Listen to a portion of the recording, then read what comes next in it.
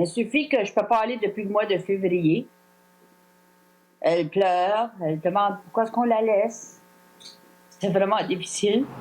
Carole Hébert, qui habite à Restigouche, au Québec, est séparée de sa mère, Marie-Ange, depuis le début de la pandémie. Pourtant, sa mère réside à quelques minutes de chez elle, à Campbellton, au Nouveau-Brunswick. Mais depuis que la province a fermé ses frontières, Carole ne peut plus venir en aide à sa mère, aveugle, qui vit seule. D'habitude, je vais là 3 fois par semaine, avant. J'allais y aider. Puis je l'amenais prendre une petite drive pour changer les idées. Ou je l'amenais ici à tous les dimanches, manger, la sortir pour changer les idées. Mais ça fait depuis le mois le 1er mars que je n'ai pas pu y aller. Elle a pourtant tenté de demander une exception au gouvernement du Nouveau-Brunswick puisque c'est une proche aidante. J'ai appelé un numéro pour le gouvernement. J'ai demandé si ça serait possible que je peux aller voir ma mère. Ça fait déjà 3 mois. Non, c'est pas nécessaire. Carole Hébert n'est pas la seule à s'être frappée à un non catégorique. Le tiers des demandes pour des visites de compassion sont refusées dans la province.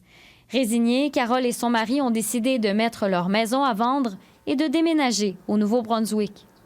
J'ai dit à mon mari peut-être qu'on devrait vendre parce qu'il y a une autre vague. Ça fait déjà 3 mois que je ne l'ai pas vu. S'il y a une autre vague, moi, je ne peux pas prendre ça de nouveau. Jean-Claude Savoie, résident de Matapédia au Québec, a lui aussi tenté d'obtenir une permission spéciale de visite pour s'occuper de son père atteint du cancer de l'œsophage. Les autres, ils ont pris mes informations, mon numéro, où est-ce que je voulais y aller, puis la raison. Puis ils m'ont dit qu'il y aurait un retour d'appel le lendemain ou quelque chose comme ça.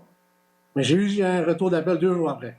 Sans nouvelles du gouvernement, Jean-Claude Savoie tente de traverser la frontière en voiture et, à sa grande surprise, on lui permet d'entrer.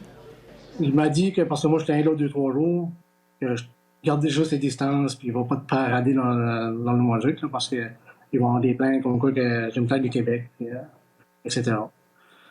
J'ai été visiter mon père, j'ai passé du temps de qualité avec lui, mais en gardant mes distances. Une grande partie des automobilistes qui tentent de rentrer au Nouveau-Brunswick le font sans problème, selon le gouvernement.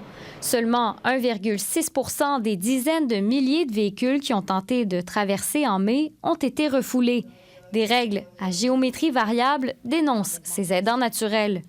J'ai même pensé de traverser en nage. Peux-tu penser à ça, là? Des proches prêts à tout pour renouer avec leur famille. Ici Rose Saint-Pierre, Radio-Canada, Moncton.